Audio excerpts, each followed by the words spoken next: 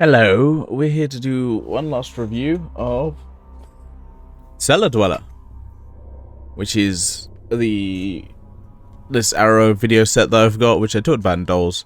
It is a really nice set of just a good range of films. Some bad, some good. This one is, I'd say middling. I would say it was like a really, it's definitely not a good one, it's just kind of a bit middling. So let's just start off with the main crime of this film. They underused Jeffrey Combs. So I'm sorry. He barely has a speaking role in this film. He's in the start of the film, and then he's just not. I mean, spoilers. He's not in the rest of the film. It's just a crime. It's just a fucking crime. Why is he not in more of the film? That is the most heinous of crimes this film has done. I can't forgive it for that. This film would be much better if he was in more of the film. It's just what it is.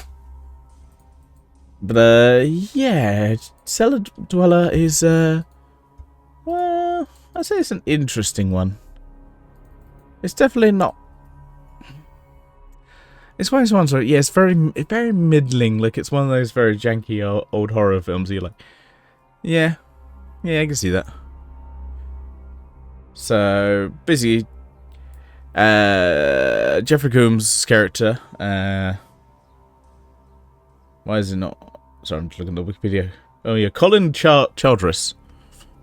Weird name.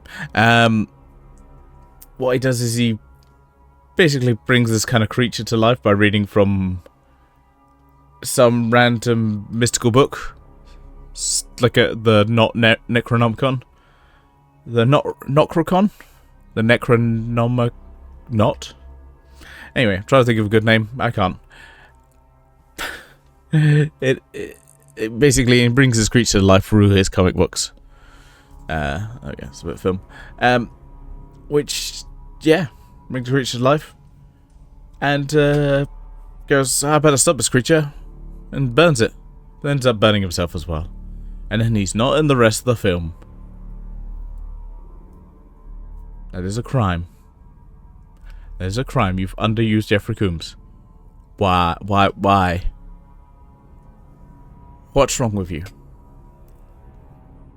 Seriously, like, what the fuck? I'm just gonna say, what the fuck? It's just a mistake. It's just plain and simple a mistake of this film. But anyway, there's a new people in town. The house has basically become I guess an epicenter for like different artists.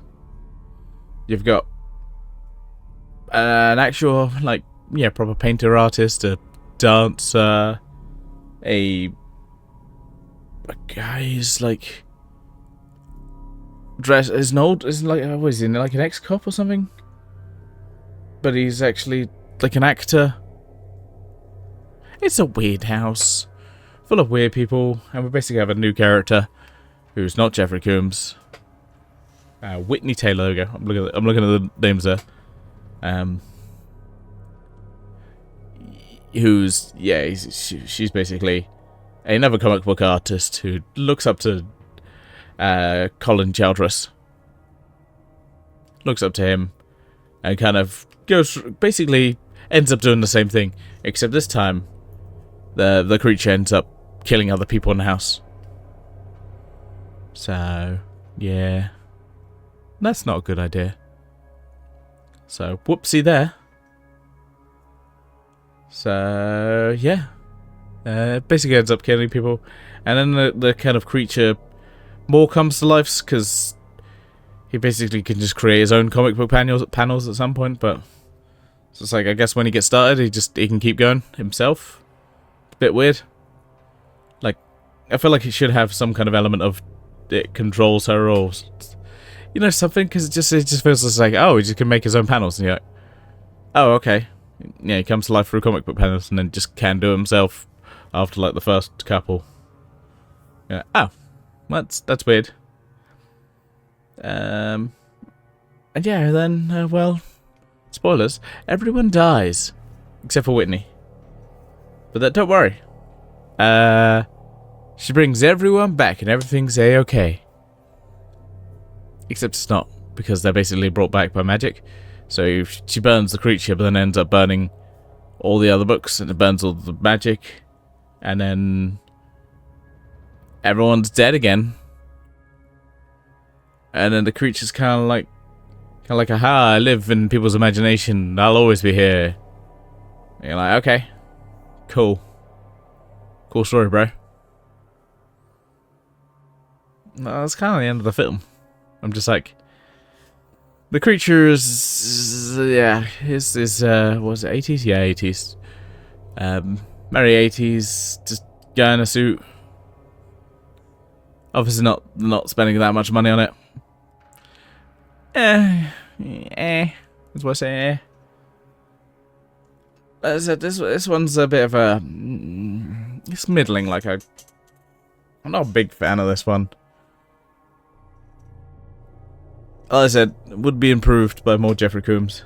I think that's the main problem with this film. It needed to use him more, and they didn't. So that's why they went wrong. I don't really know what to say about this one. It's just, like, none of the characters are really that good. No one really gives a shit about. I don't really give a shit about any of the characters, except for Jeffrey Combs, and he's barely in it. So it's just like one of those things. I'm like, yeah, nah, I'm good. Not a good one. But I've basically done all the horror ones, and that's it. Maybe I'll do a commentaries for the other 3 films, and that's it. They're weird ones. They're very weird ones. But I wanted to save the horror ones for obviously my horror streams. So yeah, this one, not a recommendation for me. It's just a bit rubbish. It's like I'd say from bad to middling, like kind of like a 4 out of 10. Yeah, like maybe 5 or 4 out of 10, that kind of range. Yeah, I think that sounds about right. But yeah, that is Cellar Dweller.